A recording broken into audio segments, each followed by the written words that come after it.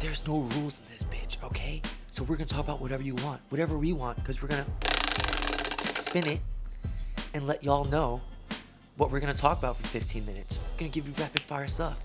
They're the coaches. I'm the everyday guy. I'm gonna challenge them because who the fuck are they to tell me what to do? They don't know me. They do know me. They've known me for a really long time, but that's not the point. The point is we're here to give you guys a fun podcast, and hopefully you learn some shit along the way. All right, and we're live. About 40 minutes later than we said. And the topic today. But thank God we're talking about today's topic, which is time management.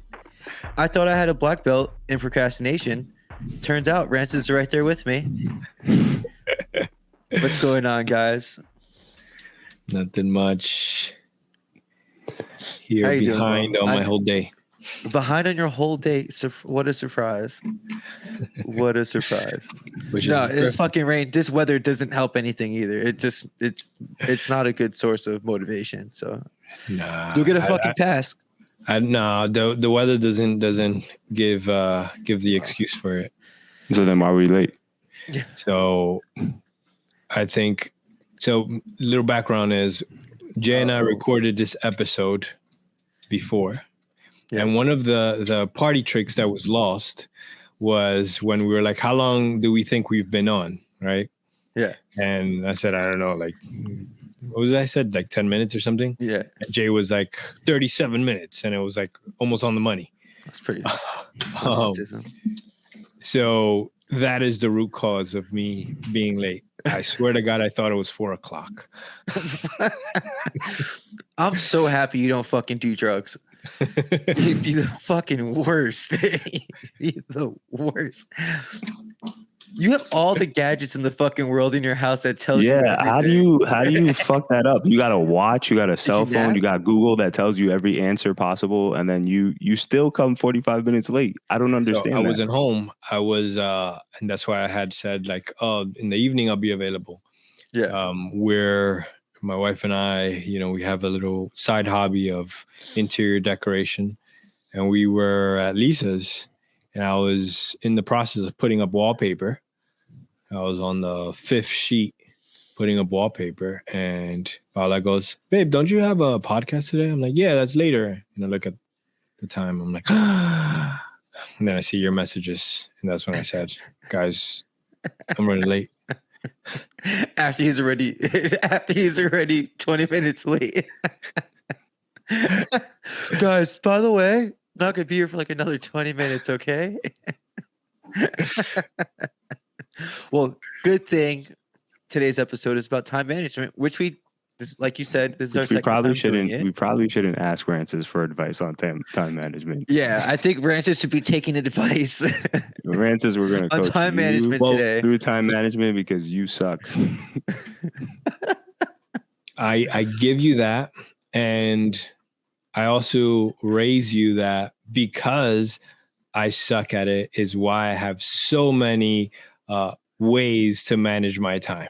Yeah, no, you're right. We'll get your suggestions for and then tools, we'll tell everybody to do the fucking opposite of it because it makes no sense. All right, can I ask a quick question to Mo? Can you share your level of judgment that you have for my tardiness or people in general tardiness? It's not a judgment. It's a pet fucking peeve. Like, it's annoying. Like, we all agreed to be and meet at one time. We like Jay even suggested 6:30. I think that's really the funny part. And you're like, nah, we don't. And you're like, nah, we're good. 6:00. And like, it's just an annoyance. It's not a judgment. It just is. You just suck makes me at happy. time management. And I was like, I even put 6:15 as the start time. I was like, oh, Rances is probably going to be 15 minutes late. No, it was 45. I was completely off. Yeah, so this is episode number 62, guys. Just so everybody knows, this is episode 62. This is part 2 of time management, which is really part 1 because nobody's ever going to see the other one. Because I don't know how to press the record button when we're in person. So I'll take full responsibility for that one. Rancis can talk about all the ways he ignores the little things he sets up for time management, and I think that'll be a fun thing to start with. I don't know why he considers some red flags that he avoids, but hey, this is what this is all about: learning about each other. And let's start. Like I said before, a black belt in procrastination. Time management is never really my best friend, but I am punctual, so I'll say that for myself, I guess, for the most part. But I would love to know what your guys' style is. We already know Rance's style on time management right now. But Mo, let's talk about you.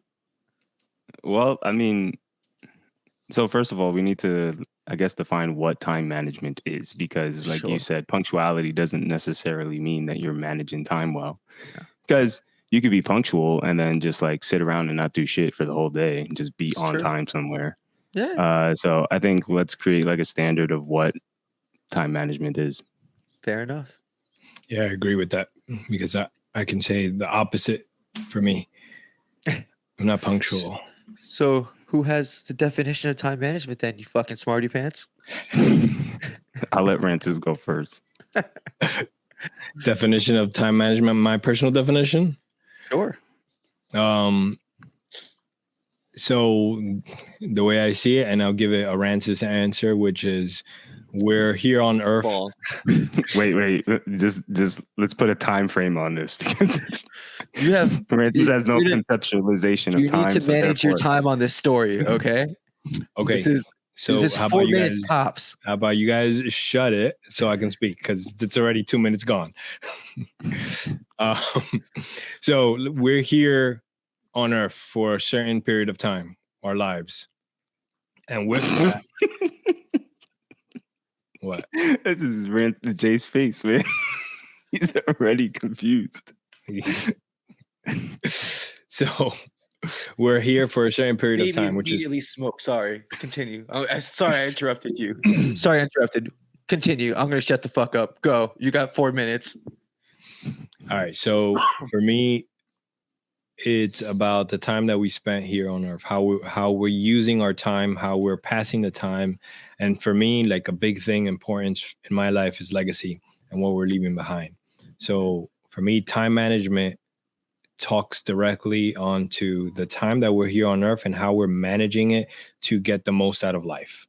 That's what time management means for me. Okay. Now, how do you utilize that? In what terms? Like Whatever how- the fuck hippie shit you just told me about what you think time management is, I need you to explain how what's you the use practical? Like how does that. it? Yeah, what's like? How apply? do you practice it? So for me, it's like Moses was talking about all the calendar reminders and everything like that. Mhm. So number one is you're absolutely right. I have very low conceptualization of time. And using a calendar allows me to conceptualize the time a lot better, because I get to see a visual representation of what time looks like, which is blocks on the calendar. And so when I look at my day like that, I stack up activities as to what I'm going to do in order to make my time most efficient based off of my intention. What am I trying to achieve? So what are the actions that I'm taking today that are helping me achieve that? And that's how it looks in practice. My next question for you is, why do you ignore it? Ignore. Ignore all these schedules you put on your So thing. I don't ignore it. In a typical situation, and I know, all right, you guys are having a laugh, but in the sense of, on the majority of the things that gets put on me, you can always count that I'm going to get those things done. I'm going to follow through. So I am a man of my word on everything outside of the punctuality thing. So there's that kind of dichotomy of it. You're which 100% right. It's just fun to tease you. You're right. I'm having a laugh. I'm having a hearty har. But okay, so here's, I guess, my next question for you, Rancis, is, so, I was joking. I'm like, oh, like what happens when you ignore, like whatever you have, whatever steps you have set up to remind yourself of whatever you have to do during the day to manage your time. Now, what are ways to, is it like setting reminders and shit like that for like if you like, oh shit, like I haven't looked at my phone for a minute kind of thing? Like, for example, like for today, aside from not being punctual, like are there other ways to have like fail switches, I guess? So for me, and again, for me, it's like the lack of conceptualization of time. I try to use as many triggers as possible. So like I wear a smartwatch and I keep it on, like I keep it on vibrate and stuff, where my wife wears a smartwatch and she has it on mute. Like no notifications come in. But for me, I keep it on because that's when I realize, like, buzz, oh, I got a notification. This means something's going up. Yeah. And like, again, today is a perfect representation of that. I was putting up wallpaper, so my hands are getting full of glue and stuff like that. So I have the watch off. So I don't have any external stimuli that's telling me, hey, this is the time. This is where you have to move on next. So when I unplug in that way, it's also fun to give you shit because I'm also the guy who didn't put Google Calendar on his phone until like 3 weeks ago. So I would make an argument that those tools can be debilitating at the same time. Yeah, you handicap yourself. Exactly. Like I see Rances go in the car, and whenever we need to travel somewhere, like let's say the location of our business, he puts the GPS on. And to me, it's just like, why do you need the GPS to a place that we already know where we're going, which is like half a mile away? And these tools sometimes, what? Oh, no, continue. Well, I think for that purpose, more specifically, it's to understand the amount of time that it would take to get from point A to point B, which I get it. But some of these other tools, like the calendars and the reminders, I think can be debilitating at the same time. There has to be a middle point where you can look outside and you can look at the sun and you can look at the sky and understand what time it is, so that you're saying, it's probably around 5-6 o'clock. Let me check my phone. Let me check my watch and see if like that's accurate, so I can get to the next place or where I have to be. I like that you have to like part Native American in that scenario to understand. Well, I mean, I'm not far off. Huberman fucking talks about it. He talks about like but the guy's a fucking genius, though. Well, I'm learning from him. I'm applying these tools in the sense of like, if you look at your dogs, right, and your animals, and in your house, they understand when the sun goes. They understand when it's morning without using a clock or anything. So like, how are we different? So like they understand the points of the day. They know exactly when they're supposed to eat, and they'll start barking at you or start, making ruckus. Yeah. And that's also important. I think sometimes when you utilize the tools too much, it can throw that off. And it's like, how do you find the balance? How do you find the medium? So what I say to that is, because this goes into the realm of this is a known thing, right? With someone who's neurodivergent, you're going to have the challenges with time management, with time awareness. It's a studied thing. So coming from that perspective, it's like suggesting almost like someone that is using a wheelchair. It's like, I think that wheelchair is making you weaker and unable. It's because of this limitation that you need to use these assistants, where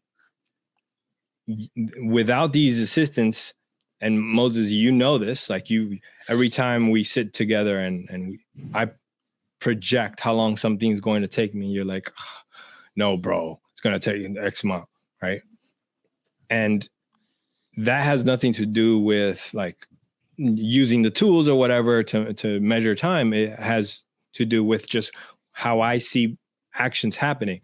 The aspect of driving to location, that's a huge thing, because for me, the conceptualizing the time to get to a place without seeing a visual representation, like it doesn't exist in my mind, in my frame of reference. It doesn't exist. And I'm like, oh, I have to be there at noon, so I'll leave at noon. Unless I stop and think, I'm like, wait, that's wrong, right? So like the practice of going through all of that is like, okay, so I have to think about this thing, and I look at it again. turn it into a reference of block timing, and I use that and apply that. So I have to translate into the language in which it makes sense to me. And these tools allow that to happen to me. Now, I can agree with you that the tools can become overwhelming, right? Because you have all this kind of external stimulus to keep track. And that's part of the issues, because it's like the way that I function in the world, it doesn't correlate as well with how the typical person functions in the world. So there's that challenge. And basically the way I see it is like, all right, that's my challenge to carry. But wouldn't you argue too that like you're not developing the awareness because of these tools? So if you're always using the tools, then what are the practices that you use to develop awareness around time conceptualization? So I put it to you this way. I had about 26 years of practicing, trying to become aware of the time and just beating it, trying to get better at managing the time with no improvement. Like I was late through my entire school career, like so late that between my wife and I, when we started dating, when we were 16 years old, I would be like, I'll pick you up to go to school.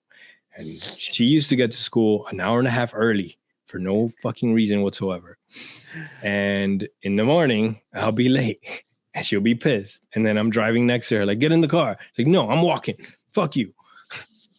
And when I would walk into school with her, she'll get so pissed because the front office would be like, hey, Rancis, good morning. Don't worry about it. Just go to class. Because it was so expected. It was like, yo, this guy just has so many detentions for being late that it doesn't even fucking matter. It's just part of his schedule.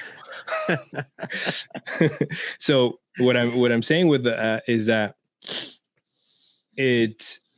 what these tools have allowed me to do is to have an adaptation that is actually functional at a certain level, as opposed to in the past, it was just like not functional at all. So it goes into that wheelchair idea. It's like, yeah, you build a storefront with a few steps to go up, and you say, no, everyone should be able to make it up 2 steps. So a person in a wheelchair can jump off of it and crawl their way up the steps. And it's like, yeah, that's getting them stronger and everything, but is that efficient? Is that what we want as the standard? Or this is the most wild comparison I've ever heard in my life. Is it? for being late. For being late, what a wild thing. Like, you can't use your legs, crawl up those stairs. No, because wait, this is like a it can be dismissive of his neurodivergence. Like, no, I'm not being dismissive of the neurodivergence. I just think the imagery is funny to me when it's like you with somebody who can't use their legs compared to having trouble being on time. Well, that's the concept here, because we view mental health as a thing because we can't visually see it. We view challenges and disabilities that come from the lack of physical context. We view them as like, oh, they're not as you can't compare to someone without legs. It's like, well, someone's brain is set up entirely different. It's like it is a disability in the same factor. So it's not, to me, it's not a wild comparison. It was just funny to me. You're right. I'm sorry, buddy. You're neurodivergent, and I gotta respect it. If you can't tell time, you know what? That's fine. There's other things you're really good at. I mean, I don't think Jay is wrong either for making that comparison. Like I do agree that I do agree, to me it feels like a wild analogy, in the sense that right now I get you, Rancis, and I say, all right, yeah, he does have this neurodivergence, which then makes him, late, or he doesn't understand how to basically tell time in the moment when he's in the present moment. At the same time, I would argue too, it was like, okay, so in high school, you did try these things. You had no idea that you were neurodivergent at that time. You knew you were different. So like, with the information that you have now, do you think it's possible to train the awareness to be able to get better at time without the use of tools? Maybe be like Flavor Flav and Because put a like if clock around someone your if, neck. what happened? I said maybe be like Flavor Flav and if you put like a clock around your neck, that'll help. The more I mean, I watches don't you think that have, would the help better. either. No, What I'm just being saying an is asshole. like a person with a wheelchair who is not able to walk, like, yes, we can see that. We can understand that person is not able to physically move their legs. My argument now is, well, you have the awareness and you have more knowledge now than you did previously back then. So is it possible to train that to get better at that aspect? Will you still have this disability or this, I don't know what to call it, this restriction? Yeah, you always will. Like, that's always going to be there. That's for sure. You're going to have to work 10 times harder.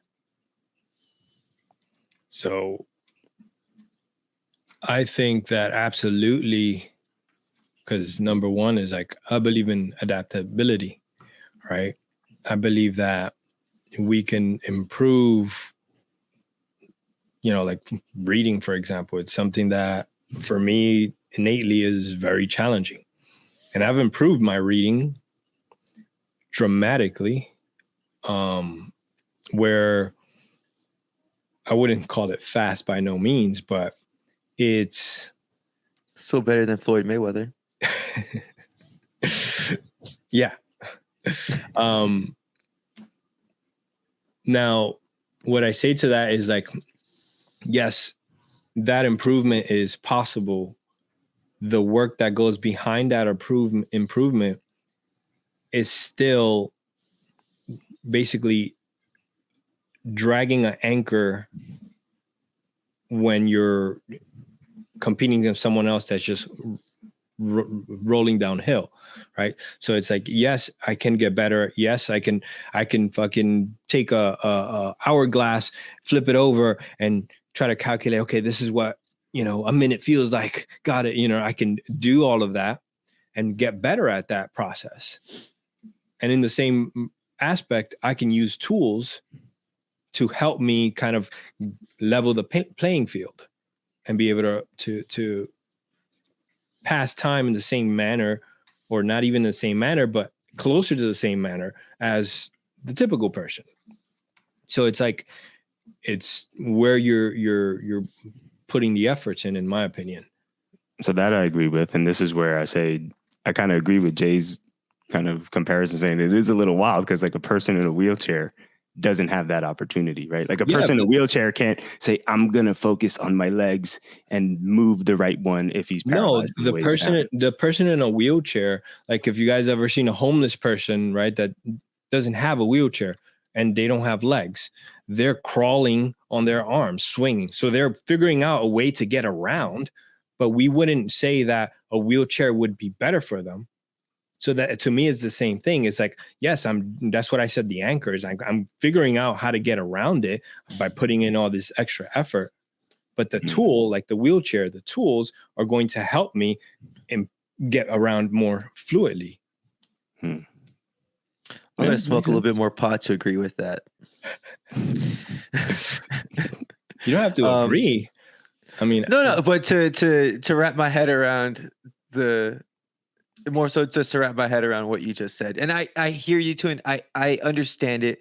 And I still goes back to the imagery of it still makes me giggle, and that's what makes it wild to me. And that there's nothing that's going to change that. But we could just change the topic for just a quick second and talk about where you could find us, because you can find us on a whole bunch of different places. And you can have a whole bunch of apps that help you remind you that we come out every Friday with a new podcast on YouTube, Spotify, Apple Podcasts, Google Podcasts, and pretty much everywhere else that you can find a podcast. So you can find us on our website, vidaproject.com. Awesome. There you go. Or you can straight up search Mindset U on YouTube, because on YouTube now it has the podcast option, or on any podcast sources, Mindset U. So Vida Project is our company, Mindset U is our podcast, and that's the correlation between those two names. That's right. And to switch gears off of, now that we're done picking our rances for the first 24 minutes of this podcast, we can pick on me. and I would like to talk about procrastination because, boy, am I good at it, and boy, do I love it. It's the longest relationship I've ever had with something, and it's beautiful. Okay, so why do you procrastinate? I procrastinate for several reasons because I think it goes back to like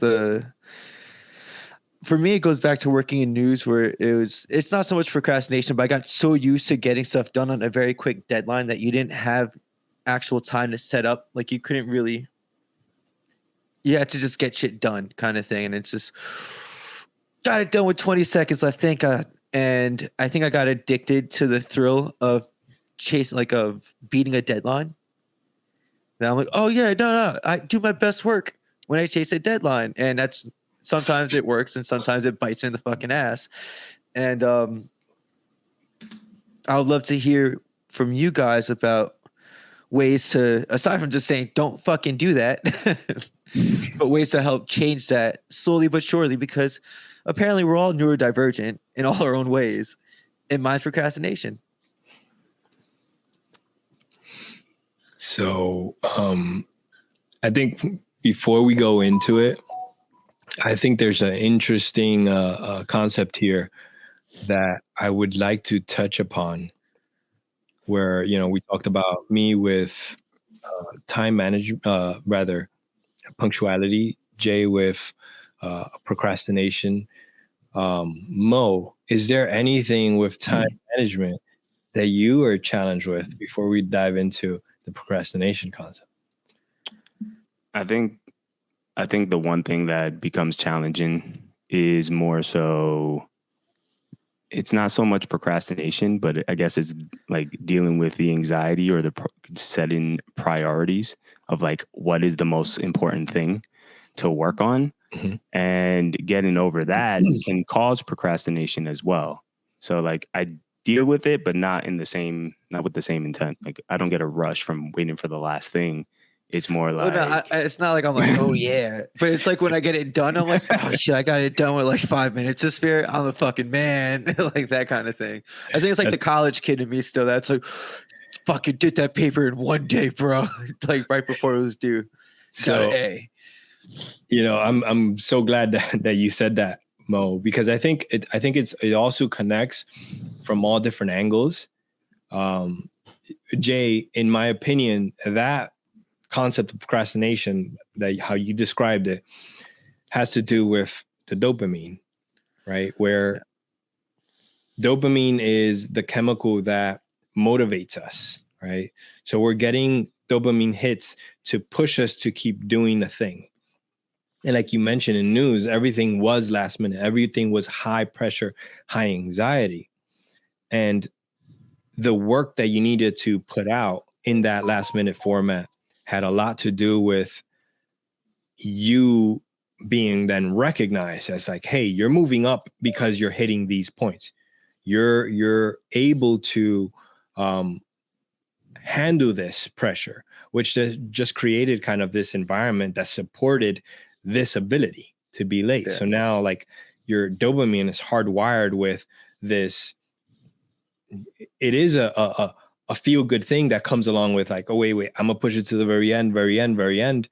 I don't think it's in your awareness of like, I'm doing this to get this point, but it's like, you're almost wired to get that dopamine hit by waiting to the last minute. But furthermore, you getting dopamine hits faster by doing other things that give you the dopamine. So like instead of actually doing the work that you're supposed to do that would be doing 3 hours, let me go and watch this TV show, or let me go eat this thing, because you get the dopamine now versus having to wait. But you still get the dopamine if you finish the work. So you're just choosing what type of dopamine to receive first. I think that's a great point. There was a one post, Mo, I think I had shared it with you, about this guy who did basically a detox of dopamine. So he removed all things that give you dopamine. So he doesn't use the phone. He doesn't use like a TV at all. He doesn't use anything. So basically, well, eating, right? He doesn't have to do that. But basically, he his goal was to make his life as boring as possible, which means that you're not getting any dopamine hits on any format. So what he would do is work, right? He was an entrepreneur, so he would sit down and work on his business. Logan and Emma, please put your pajamas on. Find your phones and put them to charge. Emma, put your There's that technology again. Actually, let me unmute Google. The mic's off. Actually, yeah, that's We're keeping that in. Yeah, that's how like to that point, like to Moses' point, like I have all these technology. My whole house is telling me, hey, it's time to do this. Hey, it's time to do that. But so anyways, back to the story, the individual, he basically made his life boring. So he's not getting any dopamine hits, and he's an entrepreneur. So then when he would work, he started actually getting dopamine hits by simply doing work. Right. So every time he would sit down and do work, that was the only stimuli that he would get. Otherwise, he'll be bored. So then he'll be encouraged to do more work. And then he started moving faster on his work and getting more productive because that became the stimuli for dopamine. So like it gives you an insight as to, like Moses said, like there's so many things that we rather do because they feel good, because they literally give us dopamine, right? Like right now, your dog, right? Indy on your lap, that's giving you dopamine hits. Yes, it is. So like all of these things in our life that is competing for what's the best dopamine, what tastes the best. And then when we have like the work, that's like, that's not going to give me much dopamine until it's like exciting, until it's like an event that is like, boom, I finished on time. And now I never want to take a nap more than before I have to do something. And I'm like, I could totally nap for like 25 minutes right now. I could totally bust out this nap. And other times I'm like, I don't need to nap ever. But if I have to do something, nap is needed. It has to happen, or I have to talk myself into it. Absolutely. And then Mo, with how would you describe, like, because it's different than Jay with procrastination. You said for you, it's more like priority. So how would you describe the opposite when you are prioritizing and you have things in order? Like, what's the difference in terms of you taking action? Well, I mean, it's not as an emotional decision in the sense of like, it's already, once I have like, so one of the things that I've been doing a lot lately, that one of the tools that we've been using together was like Motion AI, where it basically you put your to-dos in there and based on your calendar, it fits it into these spots for you. So with that, it takes away the opportunity for other dopamine hits. So if you don't set your day, or if you don't establish your day, then you're going to look for opportunities for bigger rewards. So what happens is when you don't plan it and you don't have priorities, you then have to go through your head or through your mind and look for which is going to give you the biggest reward. And sometimes these tasks, you may do something now and the reward may come 6 months from now, a year from now. So why work on it? Mm-hmm. Right. So then what happens is you put that off, you put that off, you put that off, you put that off till the moment comes, the right moment comes for you. That's like, no, if I do this now, then I get the biggest reward. Now, it isn't to say that that's a good or bad thing. It just, sometimes it can throw off your plans or your vision of where you want your life to go. So going back to like Rancis's thing, it's like, I understand where I want my life to go. So therefore I know how to prioritize. Therefore I know how to use my time or how to manage my time by putting these tasks in the right place. One of the ways that I've done it, and I think I can speak for Rancis as well, is the Motion AI. That's been a huge help because I just like list things out. It's like, I know if I work on this task now, I may not see the rewards till next year, but I know that I'm working on it now. And that takes away the space to do anything else, like, watch Netflix or, take a nap or, go do something else. And I give myself room for that as well, but I try to minimize it as much as possible. So I think that touches on another key point here, which is intention, right? You mentioned like, where am I trying to take my life? And like all these tools or whatever, like even the motion AI, Mo, you and I have spoken about this, where it's like, this is a great tool. It'll do this and this and this for you. But if you don't understand the basics of intentions and where you want to take your life, it all means nothing. It's just noise.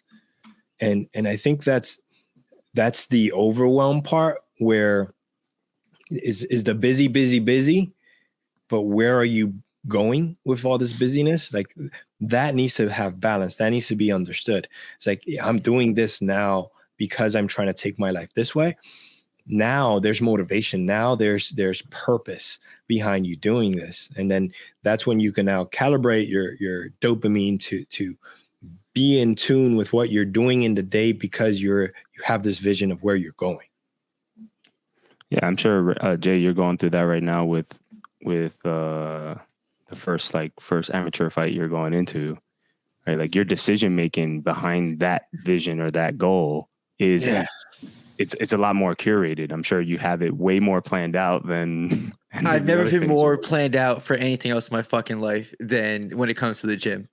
It's not even, I think for me, it's just, I really like training, and this gives me a purpose to like really push training. I think that's the easiest way to put it when I'm going to cut out the 45-minute speech I just gave. But yeah, it's just, I really enjoy the act of training and having like a regiment, because I'm somebody who isn't necessarily known for having a regiment. I mean, I just started using Google Calendar not too long ago.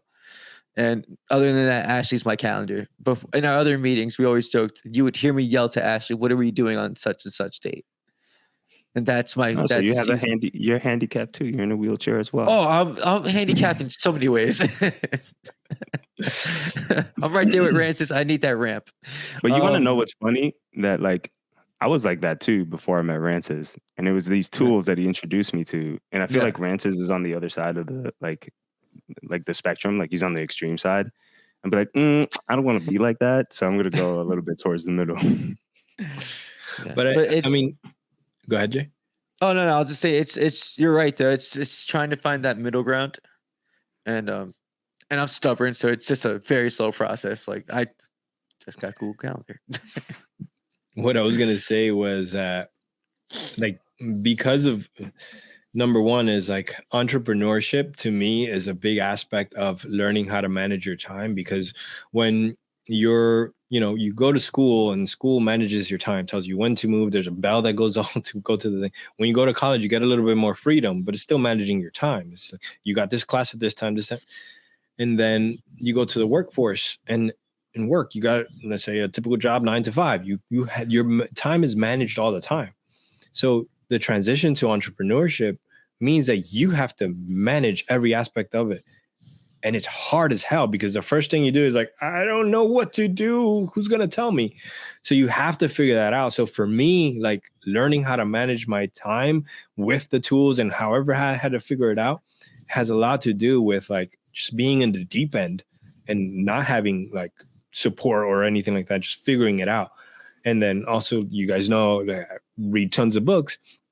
There was a whole phase where, like, for a whole year, I was reading different time management books and started coming up with the whole idea and concepts and everything. Started coaching and teaching my clients on how to do time management. Not because I'm the greatest at it, but because I've had to go so deep into learning it.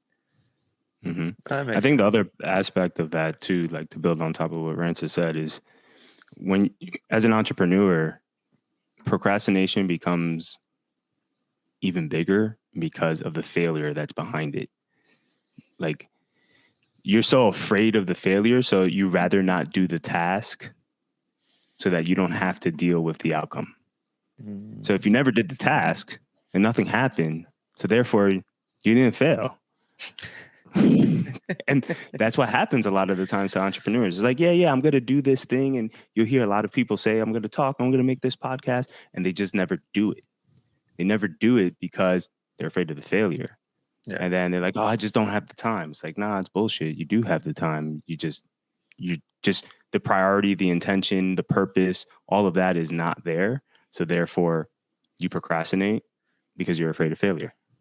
And I learned that when I first went into business with Rancis. It was like I would find myself like making phone calls and trying to make sales. It was just like there was the fear behind the rejection, the fear behind putting out a new product or new service, or putting myself out on social media or doing videos, or any of those things all led to the procrastination because it was just failure.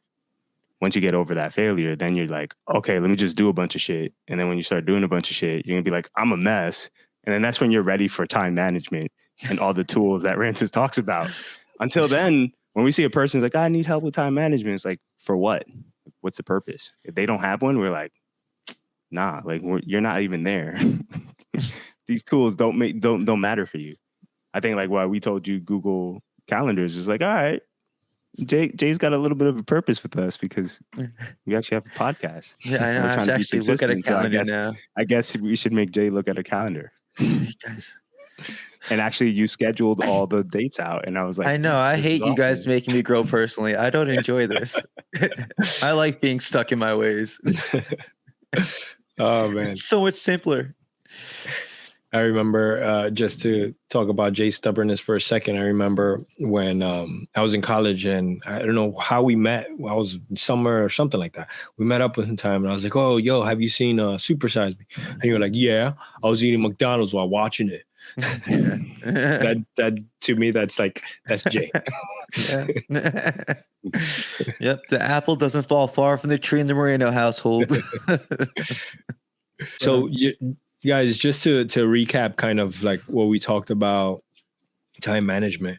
Mo, you're great at this, at taking a bunch of information and put it in a conceptualized manner. You want to give it a shot? Sure. So Rancis is comparable to a man in a wheelchair. So we started with that. No, but seriously, I think one of the takeaways, if we're going to talk about takeaways here, I think if you struggle with time management, then using tools are going to be a vital support tool for you as an individual. And if you need help with that, just reach out to Rancis. Rancis got all the tools in the world for you to use. But I think before that is clarifying a vision and an intention or purpose as to why you should become more productive. Not just because you feel you have to, or because you feel that you're not productive. That's not enough evidence to support that.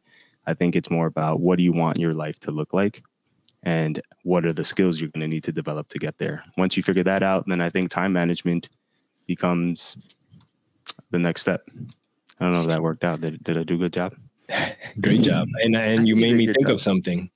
I think maybe for this podcast, we'll add the link to the 10-year vision.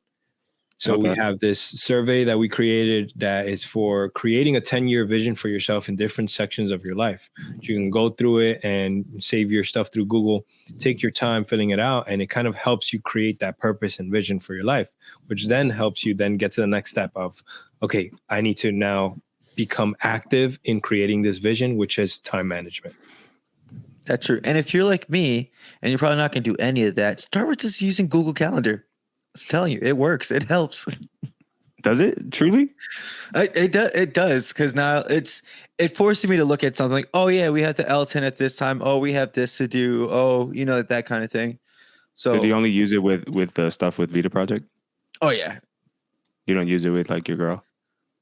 No, she's the only person I see, aside from people at the gym. Like, constant communication with her. You're around each other often? All the time. If I'm home and she's like, yeah, all the time. Actually, Rancis, you're home with your wife pretty often now too. Do you guys still communicate through the calendar? Absolutely. Yeah. Mm. We But I have think a it's different. family They have calendar. kids. Yeah. They have kids and stuff like that. I have, did you feed the dog? Yeah, I did. Like, don't forget to take out the what I was trash. saying is that you're in constant communication because you guys are like around each other often. Yeah. So is Rancis and Paola now, more so now because Rancis works Yeah. from home more often. So I just wanted to see if anything changed. Yeah.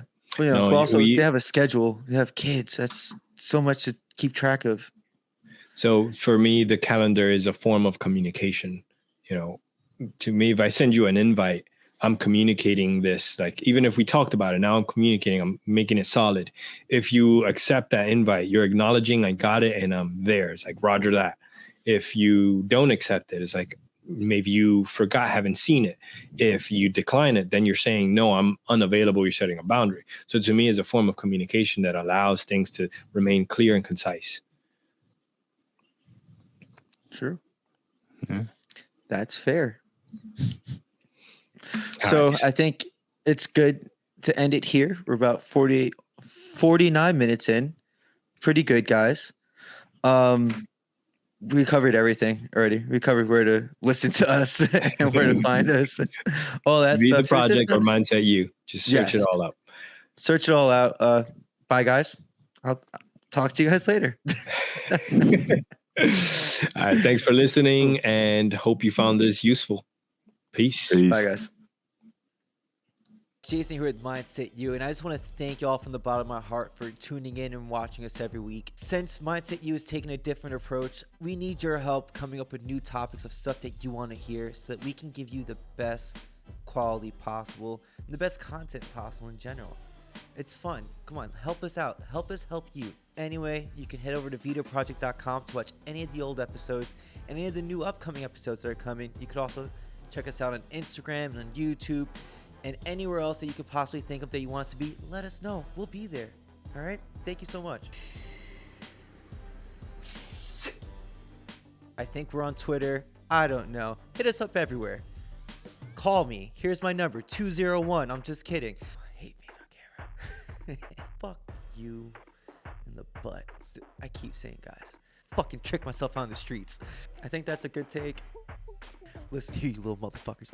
And I'm gonna start over one more time, or else I'm gonna put my head in the oven. Before I was really interrupted by a lovely Dominican lady, and I'm doing everything in my power not to jump through this window right now because I hate talking in front of a camera. Take 15. Fuck you.